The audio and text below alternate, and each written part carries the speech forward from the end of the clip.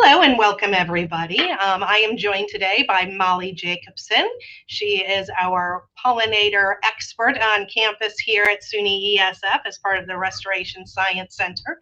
So I'm glad that you could join us today, Molly. Thank you for being here. Thank you so much. So this is another presentation brought to you by SUNY ESF. My name is Debbie Cavanis. I'm the Director of Alumni Relations here at the college. And we just like to try and reach out to our alumni and educate you on something that you may be interested in. So I know pollination or pollinator conservation is something that I know is probably near and dear to a lot of our alums' hearts, and something that I think they'd be really interested in learning more about. So I really thank you for being here. I'm going to hand it over to Molly for the presentation. I'll come back at the end and ask a few questions of you. But for right now, I will turn it over to you. Molly, go ahead. Thank you, Debbie. I'm really excited to be here live to talk to everybody. So I'll be talking a little bit about native pollinators and what kinds of things we have going on here at ESF to help protect them. So let's get started. So firstly, I thought I might give you a little bit of background about me, since most of you probably don't know me and I'm new to this position. My main interest is in insects, and it has been my entire life. Nowadays, most of that revolves around pollinators. But I also enjoy bird watching, and I've worked with birds with U.S. Fish and Wildlife and New Jersey Audubon. And I've also come to really take a great interest in native plants and all of the interactions that occur between plants, insects, and birds that are so important in ecosystems and really important to conservation. A large part of my career is also public outreach and education in a wide variety of forms. And that's something that I've really come to recognize as critical in this field in particular to help make meaningful change happen. So the outreach I do ranges from everything from college level lectures to elementary school camp courses, webinars, bird walks, really whatever avenue is open to reach people, just like I'm doing right now. So as you'll see in this presentation, I also do a lot of photography of pollinators, but really of anything in the natural world. And all of that gets funneled right back into outreach to keep improving. I also use many forms of writing in my outreach as well, from popular articles to brochures and field guides. I got my Bachelor of Science in Wildlife and Conservation Biology from the University of New Hampshire, and that's where I received my generalized, education on all things wildlife management, forestry, conservation, and it's also there where I first joined a pollinator lab and began working on native bees. I published my undergraduate honors thesis that looked at bumblebee declines in the state of New Hampshire and assessed conservation statuses for those species using museum records and recent collections. And I've been lucky enough to present that research in a number of venues, including in this picture here on the left-hand side, the New Hampshire State House, where I had the chance to explain that research to Governor Chris Sununu. Here at ESF, I did my master's degree in conservation biology, where my research looked at how native pollinators use wetlands that have been restored for waterfowl, and how those different management techniques for wetlands influence the resource availability for pollinators. So I did that research mainly at the Montezuma Wetlands Complex, which isn't that far from here. So now I graduated this spring, and I'm here in this position as a Fink Fellow. So my position has been generously funded by the Betsy and Jesse Fink Family Foundation. So in this presentation, which will be about a half hour long, I'm going to go into some background on our native pollinators, threats that they're facing currently, what things that we can do both as individuals and communities to help restore pollinator habitat and protect these pollinators, as well as some upcoming projects from the Restoration Science Center that I'll be working on here at ESF. So let's learn a little bit about New York's native pollinators.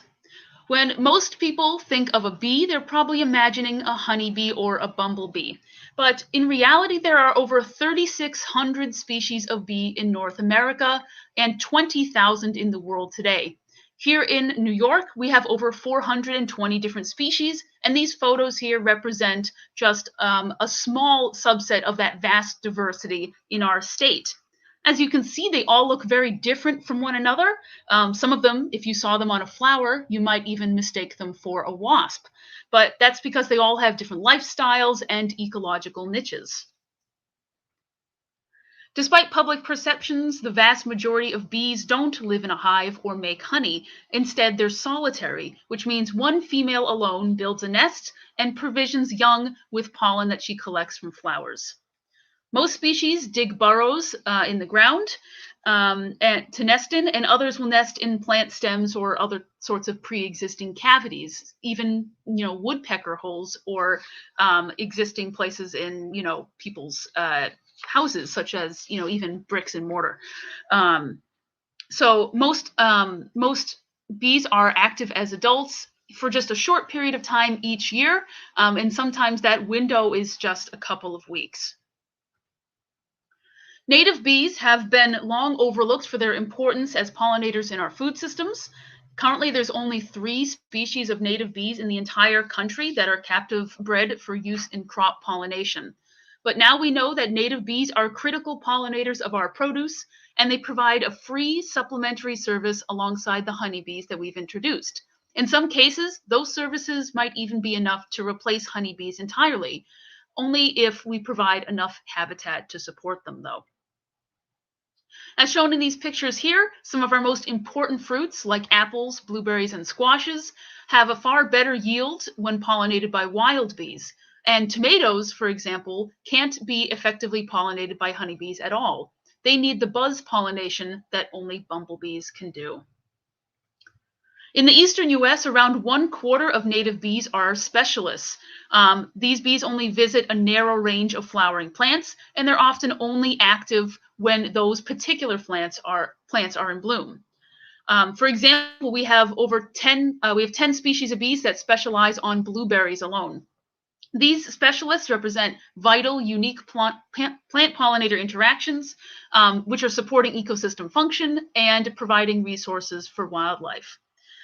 So, for instance, many of the ephemeral forest wildflowers that we see blooming in the early springtime have specialist bees that have evolved to emerge when there's still snow on the ground, just to pollinate those plants when other things like honeybees are still huddled away in their hives.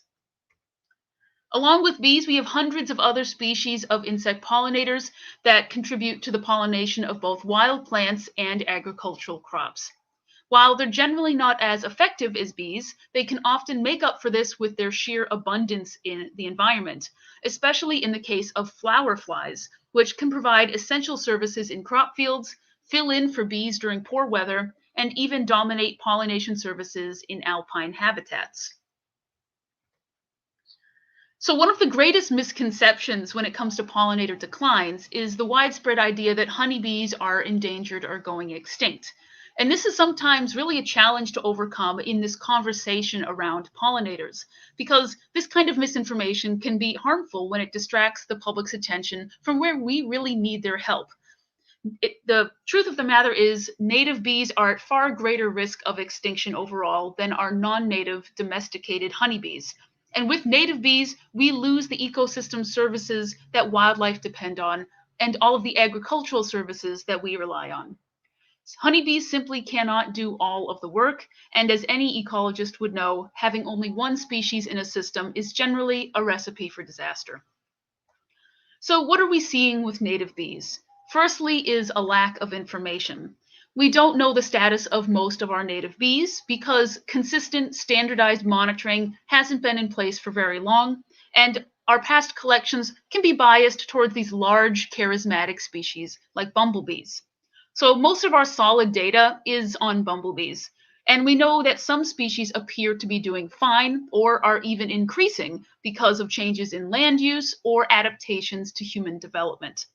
But several North American species are in serious decline, and at least one is already extinct. These declines in some cases began with the intensification of agriculture in the mid-20th century, and this aligns to advances in farming technology, nitrogenous fertilizers, and the widespread conversion of prairies into corn and soybean. However, most species were still hanging on all right until around the 1990s, when it seemed several very common bumblebees took a nosedive, including these three species here pictured from our area. If you see any of these species here in New York, you should try to take pictures of them and report them to one of the citizen science websites that I'll mention later in this presentation, such as Bumblebee Watch or iNaturalist. So researchers have identified several drivers of bumblebee declines that have coincided together in the 1990s and are continuing to be a threat today. Most of these are reasons for declines in other wild bees as well. The first, obviously, is habitat loss, and I'll go into greater detail about that in a little bit. But for right now, I'll give you just a brief overview of some of these other major causes.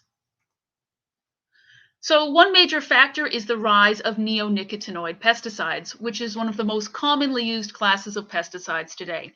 Several kinds of neonicotinoids, like imidacloprid, have a number of both lethal and sublethal effects on wild bees. It can also contaminate pollen and nectar of flowers, both in agricultural fields and downwind because of air drift and groundwater contamination. Many of our garden plants are also treated with neonicotinoids prior to being sold at nurseries, and we ourselves might apply pesticides to our yards to deter what we perceive as pests. Pathogens have also contributed to bumblebee declines through weakened immune systems and mortality. These pathogens have primarily escaped from captive-reared bumblebee colonies and passed to wild species. There is at least one super spreader type event that happened in the 1990s that kicked off a population explosion of these bumblebee pathogens. A weakened immune system leaves bees more vulnerable to pesticides and stresses associated with habitat loss, inbreeding, and diet simplification. Today, most of our declining bumblebees have abnormally high pathogen loads. We're now also seeing evidence of climate change effects on wild bees in two main forms. Firstly, there's been notable range shifts observed in some bumblebees, moving to higher elevations as their preferred climate zone disappears, instead of moving north as many other plants and animals have done. Effectively, this traps them in shrinking habitat, and this is the case that we've seen in some of our northeastern bumblebee species that are most commonly found now on mountains. Different rates of range shifts between bees and host plants can also cause a geographic mismatch on range edges, and that can lead to population losses. At the same time, changes in the timing of emergence between bees and flowers can cause a phenological mismatch, and that can disrupt pollination services in many ecosystems. We're really only beginning to understand how these phenomena are impacting our natural communities, and so climate change is bound to play a much larger role in the decades to come. Lastly, exotic species can compete with native bees for resources. Honeybees in particular, and invasive plants can also exclude important host plants and change habitat structure. So this is just another stressor when combined with all of these other ones that overall has hit many of our native bees hard. So for the remainder of this presentation, I want to focus on habitat loss. And this is the thing that I believe that we as individuals and communities have the most power to mitigate. So when considering the habitat needs of pollinators, it's important to recognize the different needs of both generalists and specialists. Generalists are the majority of bees, and they usually fly for a long period, so they'll need to collect pollen from spring, summer, and fall flowers, especially if it's a social species like bumblebees that provide for an entire colony. That habitat has to be species rich enough to have that bloom turnover, and if it isn't, the larger landscape needs to have a matrix of cover types where bees can travel not too far a distance to get what they need. Even if you have one plant that blooms all season, that usually isn't enough to support generalist bees because pollen differs in its nutritional value. Diet simplification can weaken the immune system of bumblebees, for example, leaving them susceptible to some of those other stressors I mentioned earlier. For specialists, they need their host plants, and this goes for butterfly and moth caterpillars as well. So if that host plant is absent, that species simply won't be there. and there has to be enough of that plant to support a population of specialists. That critical density is different for every species. We can also look at habitat loss in terms of quantity, quality, and connectivity. So is it lost, degraded, fragmented, or all three? Firstly, the habitat has to have enough absolute resources to support pollinators of many different species. The proportions of native to exotic plants becomes important, and which species those are, as some exotics can provide important resources in species-poor environments like our urban areas, but others can crowd out essential natives. Very few exotic species can support specialists because they didn't co-evolve together, but a few species of bees have hopped hosts and taken advantage of these new resources.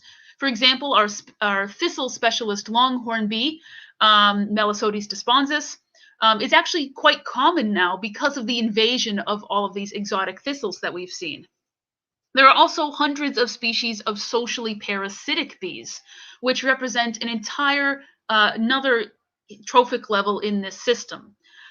These bees will only be present if their specific host bee also is. And so habitats that are degraded or that only support a handful of generalists probably won't have many of these parasitic species. And that can be an indicator of low quality habitat. While they're hard to study, we know that many social parasites are in decline because their hosts are also in decline. Lastly, if habitats are fragmented, as they often are in human landscapes, this prevents bees from moving to other habitats to seek resources, and it can isolate populations and reduce gene flow, which can increase the risk of local extinctions. Connectivity also becomes important when factoring in climate change, as species are going to need these corridors to move on a larger scale to follow changing conditions. Unfortunately, these criteria of quantity, quality, and connectivity aren't often met in the habitat available to pollinators in our cities, backyards, and farm fields. Many researchers believe that if pollinators had enough habitat, they'd be much better able to weather all of these other challenges being thrown their way, and we probably wouldn't be seeing many of the declines that we do today. So fortunately, there's many things that we can do to help protect pollinators, and this work happens on many scales, from the individual all the way up to global initiatives like international partnerships or the worldwide recognition of threats to pollinators that can cause shifts in attitudes and behaviors. But what I want to focus on here are these first three. This is a lot of what I'm working on right now because these involve the public at a personal level, where I think there's a great deal of potential to make meaningful differences. In my opinion, the most powerful conservation happens when you can draw on people's love for the places where they live. That desire that's generally already there to care for their towns, their local parks and waterways, and their neighborhoods and neighbors. So we can work to connect people more to the environmental aspects of their homes, teach them to observe and respect their non-human neighbors, and help them understand how the welfare of the land around them is tied to the welfare of the people as well. So if you can do that, you can get people making real changes for themselves and their communities, driven by that loyalty and that love for the places where they live. For example, it's not very effective probably to try and get people in Syracuse to advocate for green policies in places like Milwaukee or Houston, but you can rally them to steward their own city.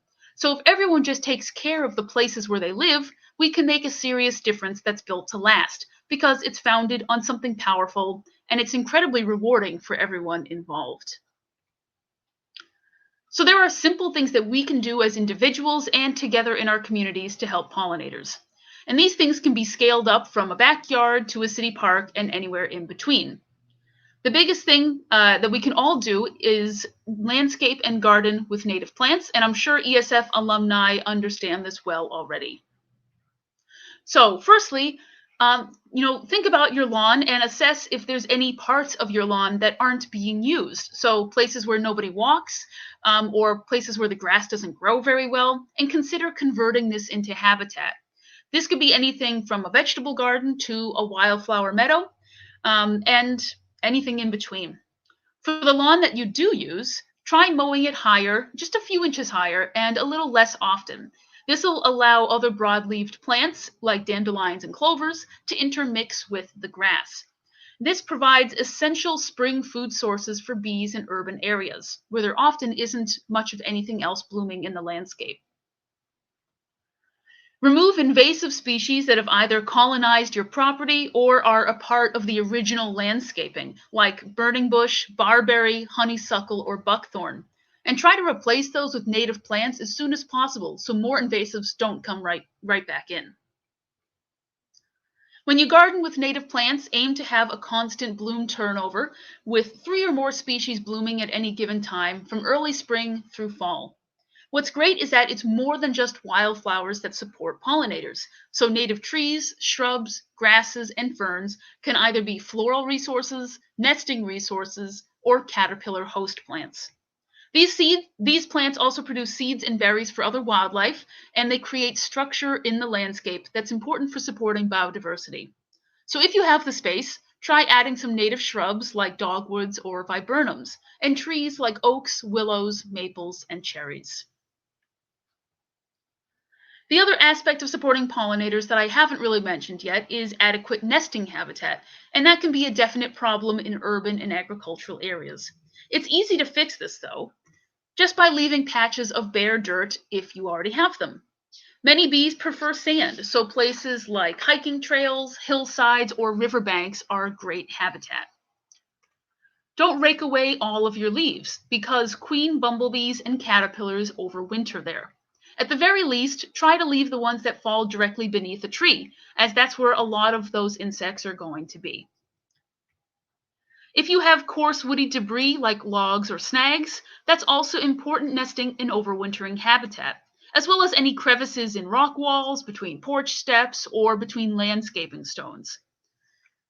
Lastly, if you have any perennials that leave dead stems in the fall, don't cut them down until next spring. And when you do cut them, try to leave them at least 8 inches above the ground. This way, seeds are available for birds in the winter, and stem nesting bees will have that habitat when they emerge in the spring. Taking action to protect pollinators has so many human dimensions to it because the welfare of the land and the people are so closely intertwined. Launching community initiatives to improve pollinator habitat can offer countless benefits to the people that live there.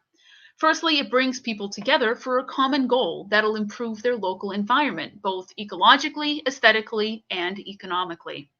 It also connects people of all ages and backgrounds to the natural world, and that can improve physical, mental, and emotional health.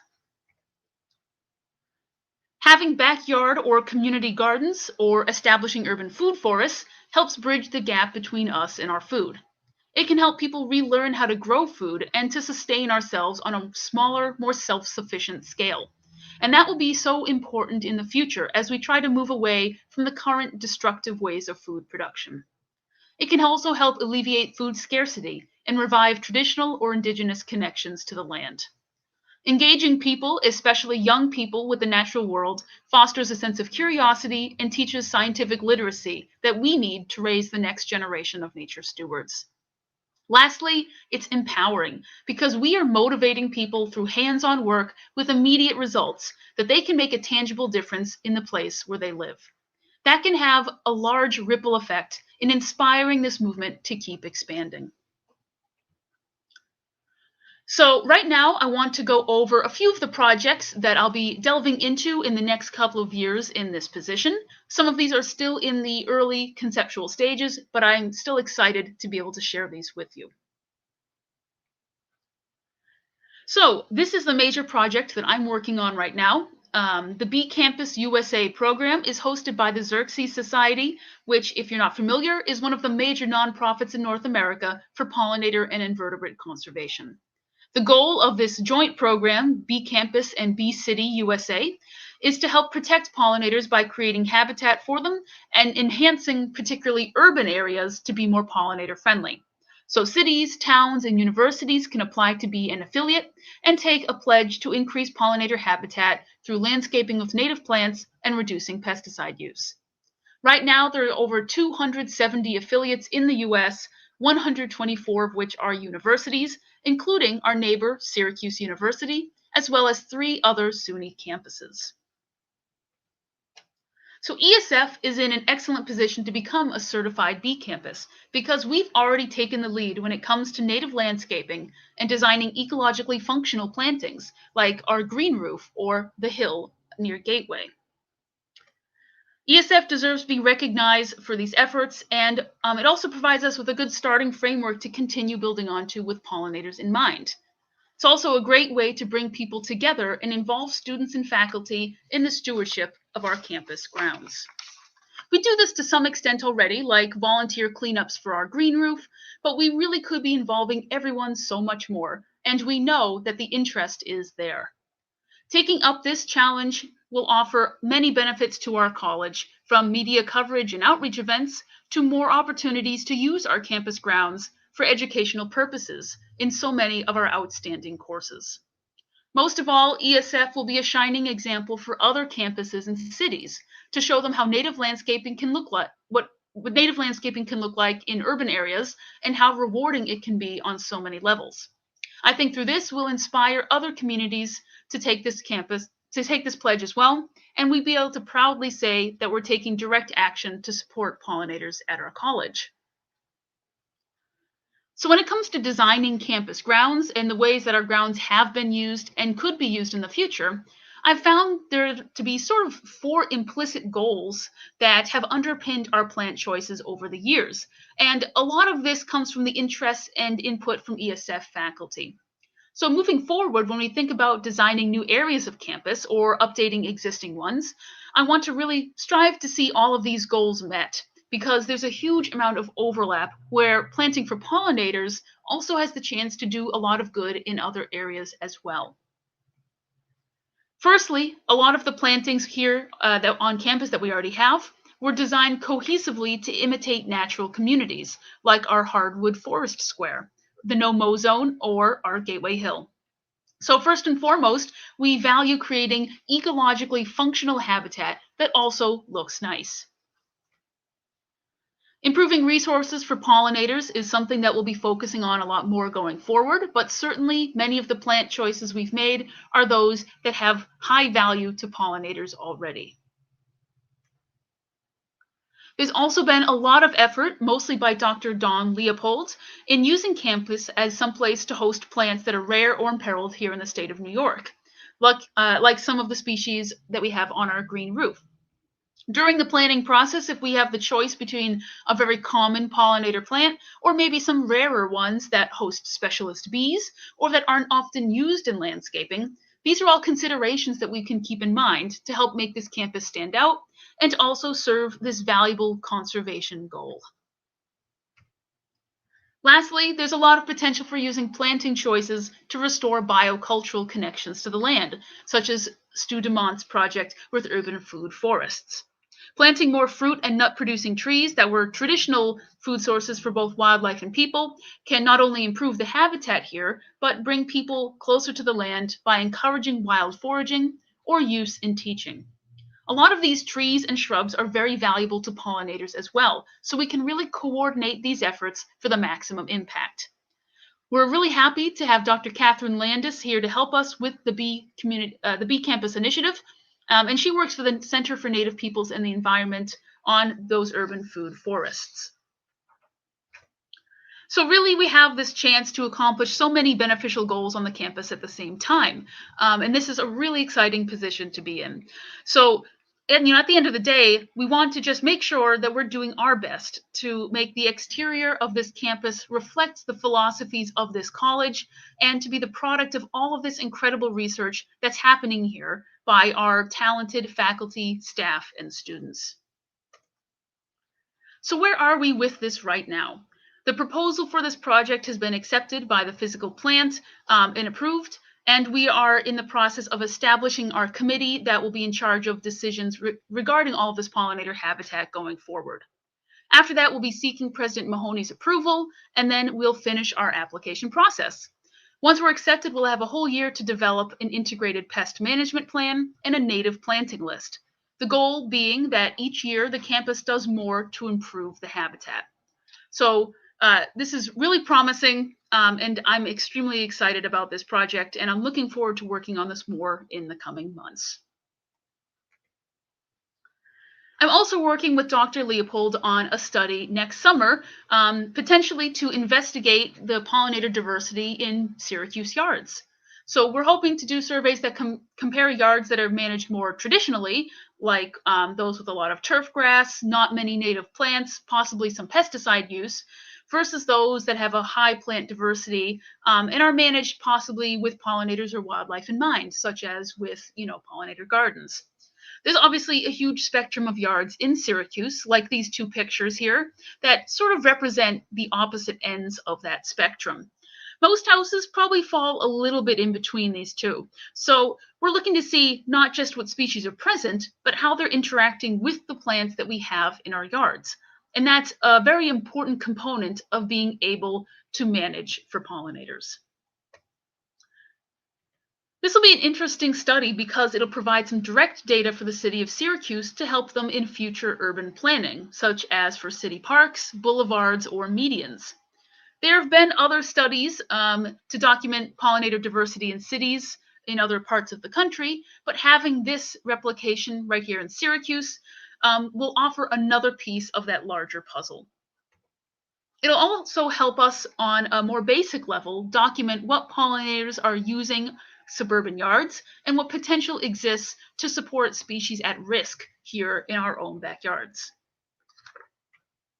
It'll be a great chance to engage homeowners in conservation and connect them with research being done here at ESF.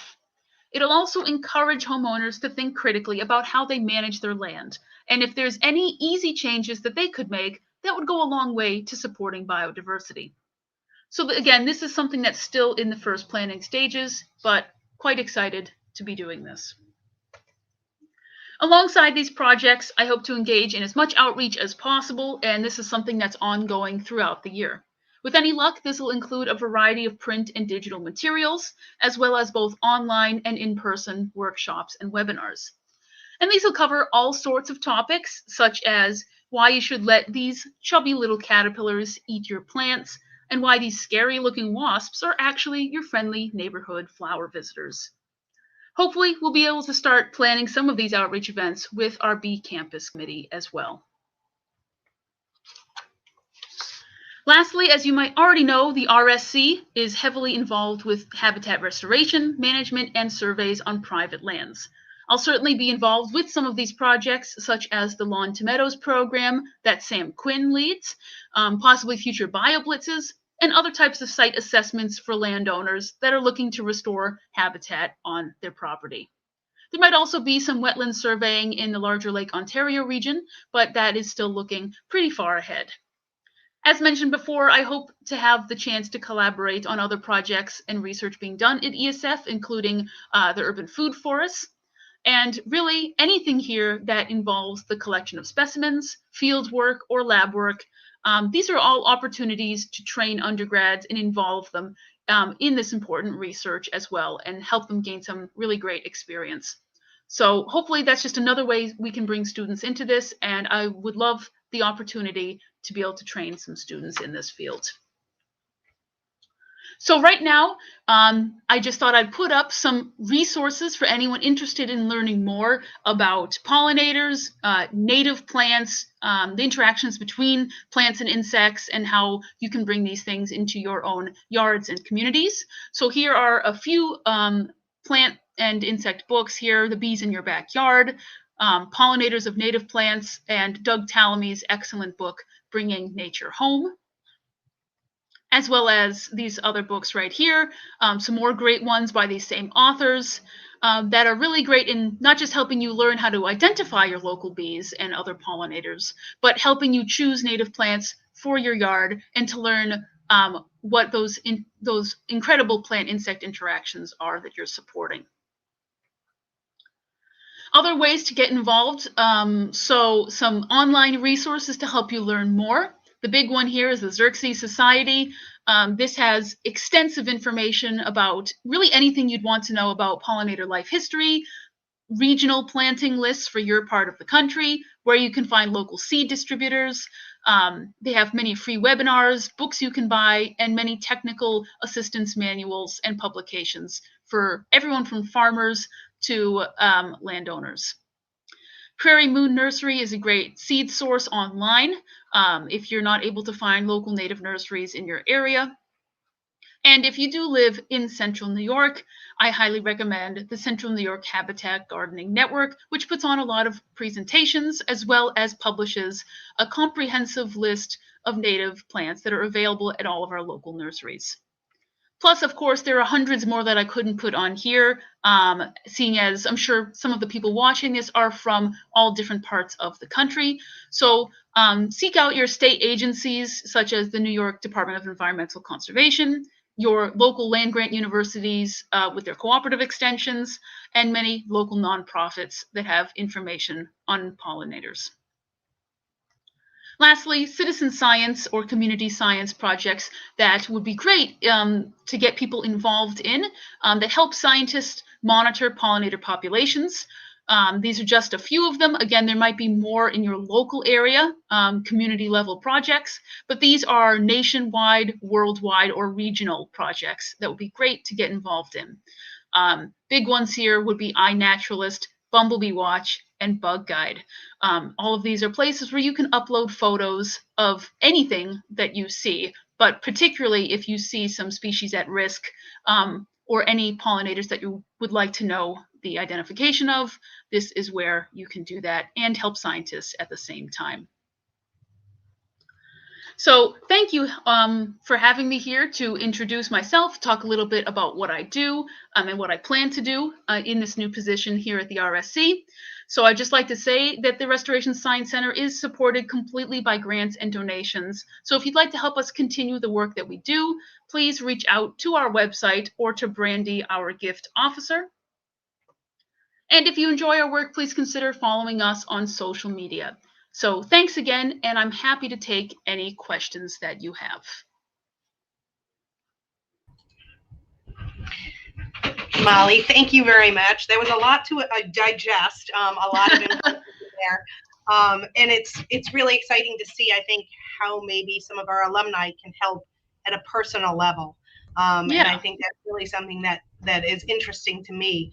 Can you talk about how much, like just one person doing something in their yard and maybe starting something in their community as well, how much of a difference could that make to the bee population or the pollinator population? Yeah, it's, that's the great thing is that we really can make a tangible difference. And, that's what's really empowering about this whole thing is because unlike something where, and not to knock this at all, but something like recycling, for instance, you probably aren't going to see the end product, the result of what you're doing if you throw a can in a recycling bin. But if you start planting native plants in your yard, you're going to see those differences immediately. When I planted my own pollinator garden in my yard here in Syracuse, I've been keeping a pretty extensive list of all the pollinators that I've been seeing, and that list is within 2 years up to over 80 species of things that were certainly not there before, including many specialist, butterfly and moth caterpillars that are feeding on plants that I've put in that garden that certainly would not have been present otherwise. It's really incredible and almost magical in how pollinator gardens really do follow this principle of build it and they will come. You will start seeing things show up right away, things that everyone of all ages are going to be able to enjoy. And what's great is that, whatever space that you have, you will be making a difference by putting native plants back onto that landscape. But more than that, if you can convince this to be a community effort, or even just to convince your neighbors to help you in this endeavor, what's so important to understand is that concept of connectivity, that what you do in your yard goes beyond the boundaries of your fence. If you can get one person here and then another person over there, before you know it, you have patches that are connected into corridors, and that has effects that are much greater than the sum of their parts. You're able to support more and more species the more little patches that you have, and that is improving the entire landscape. So you start small, you get a few people in their neighborhoods to do it, then it goes up to a community having libraries and local businesses plant native. And before you know it, your entire town is improved, and then it just keeps building onto a regional and national effort. So I like that idea of starting small and getting bigger. And I know you've talked a little bit about some of the things that you hope to do in the next couple of years about going into the Syracuse community. How can people, maybe not even from the Syracuse area, do that same thing in their areas? Where do you suggest they start in trying to improve their community open areas or parks or something like that?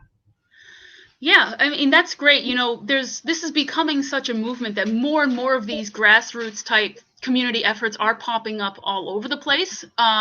Obviously, I think the first step is trying to educate yourself as an individual as much as possible. And luckily, there are so many resources available to do that, not just the books or websites that I mentioned, but so many local libraries or local Audubon, organizations now, or universities are providing free webinars, free resources, free planting guides, that allow individuals to really become educated and get started even just in their own yard. From moving up from there, you could look into local garden clubs or Rotary clubs, any sorts of community efforts, and that would differ by community, obviously. But there are so many small efforts, even at local nature preserves, volunteering places. A lot of what I'm finding, honestly, is a lot of people and organizations are really amenable to these ideas of improving pollinator habitat. It's just that nobody has approached them with the idea to do so or the passion to do that and follow through with it. So if you can get some really passionate individuals to even just start having this conversation, it's amazing how much can actually be accomplished. And that, like I said, can continue to scale up, trying to get these things into schools as well, at any level would just be a great place to start too. And I know one of the other projects that you mentioned is hoping to make ESF a bee campus. So is there anything that the alumni in the area could do to help you? Or, even on some projects that you might need help with? And I love the idea that you're bringing in our undergraduate students and giving them some research opportunities, which I know is very big with our students here and a big part of their education. So is there any way that we could maybe get our alumni involved with the students and help you out with this project as we move forward? Yeah, absolutely. I really hope that, in the months to come, when we're sort of in these planning stages, we will be, come springtime, looking for obviously volunteers to help plant physical, gardens on the property, on our campus. We'll be hosting outreach events. Right now, I think, honestly, I mean, we're trying to drum up as much, interest as possible, and we're really seeing that interest reflected back at us by all the students, the staff, and the faculty. So we know that there is so much interest there in people helping out in whatever ways they can. Obviously, we've been able to have some, we've formed our committee at this point, and it's composed of both undergrad, graduate, faculty, staff. It's amazing. We had so much interest, and so moving forward, yeah, we really hope there's going to be opportunities both at the school and in the larger community to help make this project go forward. At this point in time, I think a lot of that I can predict will be volunteered to actually do help with some of the physical work of installing, possibly maintaining this. But I'm sure there will be other service learning opportunities, educational opportunities, as well as some of the outreach and education that we'll be hosting. But I'm sure it's going to become something much larger than I can even imagine right now, just getting started. So there will probably be a lot more opportunities for sure. So hopefully we can stay tuned on that, and we'll let people know when those things come up. Well, that's great. I really hope that we stay in touch with you and we be able to share all the new and exciting things that you have coming up in the next couple of years. And we mentioned that you are part of the Restoration Science Center here on campus. And I know you mentioned a couple of the other faculty members that are part of the Restoration Science Center as well. We'll be hopefully highlighting some of those faculty in the future. So, if everybody's interested in learning more about the Restoration Science Center and the work that they do here on the campus, please visit. We have the website below. So make sure you take a look at that and check out all of the different projects, not just Molly's that's going on here at the college. There's a lot of exciting research going on. And then if you want more information or to learn how to support the Restoration Science Center. Brandy Neveldine, who is an alum of the college as well, is your contact person, somebody to contact if you have questions about any of the projects or how you can help. Financial support is always welcome. I know Molly mentioned that it is entirely funded through financial support and donations. So if you're interested in supporting any of these projects that we have going on, please do so. Brandy, her email is listed below as well. But I wanted to say thank you again, Molly, for joining us today. I really appreciate you taking the time out. I know I learned a whole bunch, and I'm going to go and look some more native plants to put in my garden. I'm excited because I have all sandy soil where I live. I'm really definitely going to put all of the information that you gave me to use, and I hope all of our alumni do as well. So thank you again, Molly, for joining us today. And everybody, we will see you soon on another one of our online virtual events. Thanks Molly, again. Thanks.